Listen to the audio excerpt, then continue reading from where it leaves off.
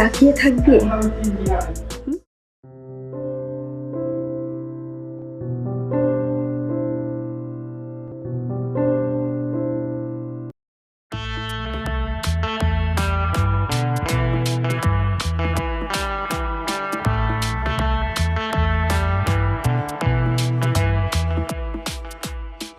ফরহাদ, ফরহাদ, জি madam.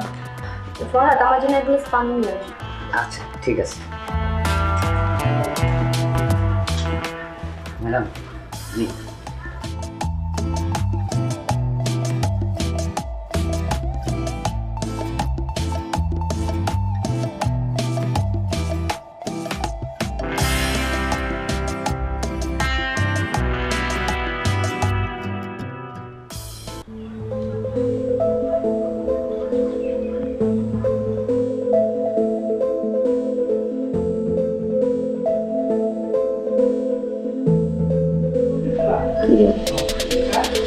শুধু কি তাকিয়ে থাকবে?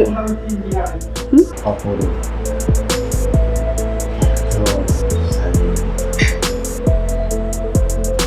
তাই তো চাঁদটা কি শুধু দেখলেই হবে নাকি ছুঁয়ে দেখতে ইচ্ছে করে? ইচ্ছা করে। সাহস কেন হবে না? কাছে এসে ছুঁয়ে দিলে তো পারিস। ঠিক আছে, অনুমতি পাইলে সুইটিতে মন চায়। আমার হৃদয়ে শিহরণ জেগেছে। মনে হয় আপনার মেয়ে আমি চাঁদের দেশে ঘুরে যাই আর আপনার মেয়ে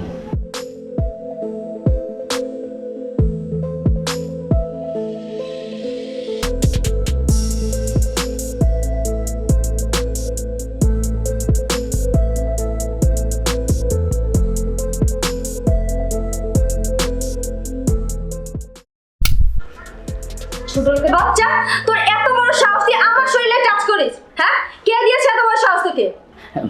ম্যাডাম আসলে আমি বুঝতে পারিনি ম্যাডাম, আমার ভুল হয়ে গেছে ম্যাডাম। ভুল? কিসের ভুল? তুই আমার বাড়িতে খাস, আমার বাড়িতে থাকোস এবং কি আমার দিকে তুই কোন নজর দিস? বুঝতে পেরেছি, দিন দিন তোর সাহস অনেক বেড়ে যাচ্ছে, কারণ তোর সাহেব তোকে কিছু বলতেছে না, লাইটে মাথায় তুলতেছে। আসুক আজকে তোর সাহেব, তারপর এই বাড়ি থেকে তোকে আজকে আমি বের করে দিব।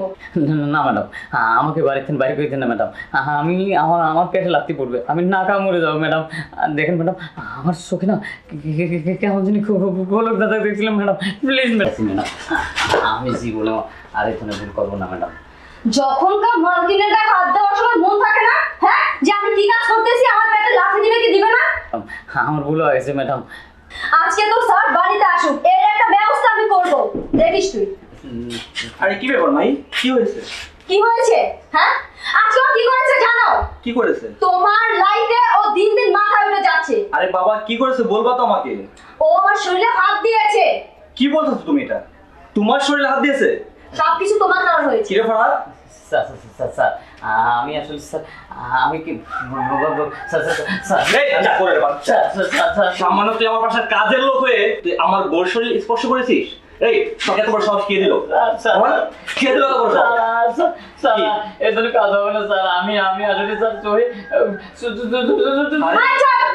তোকে খুব ভালো ছেলে মনে করতাম, তাই তোকে এই বাড়িতে রেখেছিলাম, কিন্তু তোর চরিত্র যে এতটা খারাপ আমি কখনো ভাবতেই পারিনি। শোনো, তুমি আজকে ওকে বাড়ি থেকে বের করে দিবা, আর তা না হলে আমি চলে যাবো এই বাড়ি থেকে। একটু থামো প্লিজ।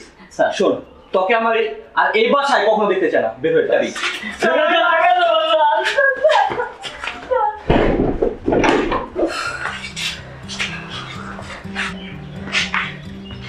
শোনো মাহি, ফরহাদ যে ভুল করেছে তার শাস্তিও পেয়েছে, কিন্তু শুধু ভুলটা কিন্তু ফরহাদের না, ভুলটা তোমারও আছে। আজকে ফরহাদের জায়গায় যদি আমি থাকতাম, সেম আমি একই কাজটাই করতাম। কারণ কি জানো, তোমার এই ড্রেস আপ, তুমি যে ড্রেস আপ করছো না, সেই ড্রেস আপে শুধু ফরহাদ কেন, বাইরে কোনো ছেলে দেখলেও সে পাগল হয়ে যাবে, তার মাথা ঠিক থাকবে না। তোমার বুঝতে হবে তুমি বাঙালি বধূ। বাঙালি বধূ সৌন্দর্য কিসে? শাড়ি কাপড়ে।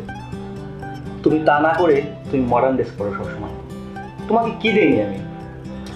তোমাকে সব ধরনের স্বাধীনতা দিয়েছি, কিন্তু তোমাকে স্বাধীনতা দেওয়ার পরে তুমি এতটাই বেড়ে গেছো যে তুমি নিজের দিকে নিজেই ঠিক পাও না যে তুমি কি হয়ে যাচ্ছ। তুমি একটাবার নিজেকে দেখেছো? তুমি দেখেছো আয়নায় যে নিজেকে দেখবা ভালোভাবে, কিন্তু কত তোমাকে বিশ্রী লাগে। তুমি তো মনে করো তুমি মডার্ন ড্রেস পরো তোমাকে অনেক সৌন্দর্য লাগে। আরে না, এটা তোমার ভুল ধারণা। তোমাকে মডার্ন ড্রেসে সবচেয়ে বিশ্রী দেখতে। তার থেকে কাজ করো, এখনো সময় আছে, নিজেকে পরিবর্তন করো, শুধরে নাও। আজকে ফরাদে আমি বিদায় করলাম, কালকে আমি বাসায় একজন কাজের ছেলে রাখবো। সেদিন এই কাজ করবেন তার তো কোনো মানে নেই, সেও তো এই কাজ করবে। কিসের জন্য? তোমার এই ড্রেস আছে। সো আমি আশা করবো যে তুমি আজকের পর থেকে নিজেকে পরিবর্তন করবা।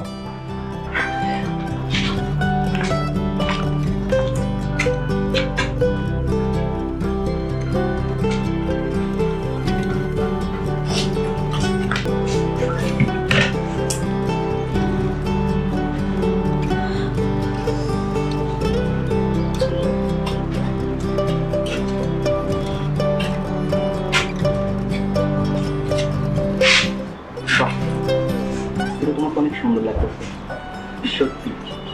আজকে তোমাকে এই শাড়িতে একদম বাঙালি বধূর মতো লাগছে। আমিও তাই দেখছিলাম আয়নাতে যে আসলে আমাকে শাড়িতে এত সুন্দর লাগতেছে।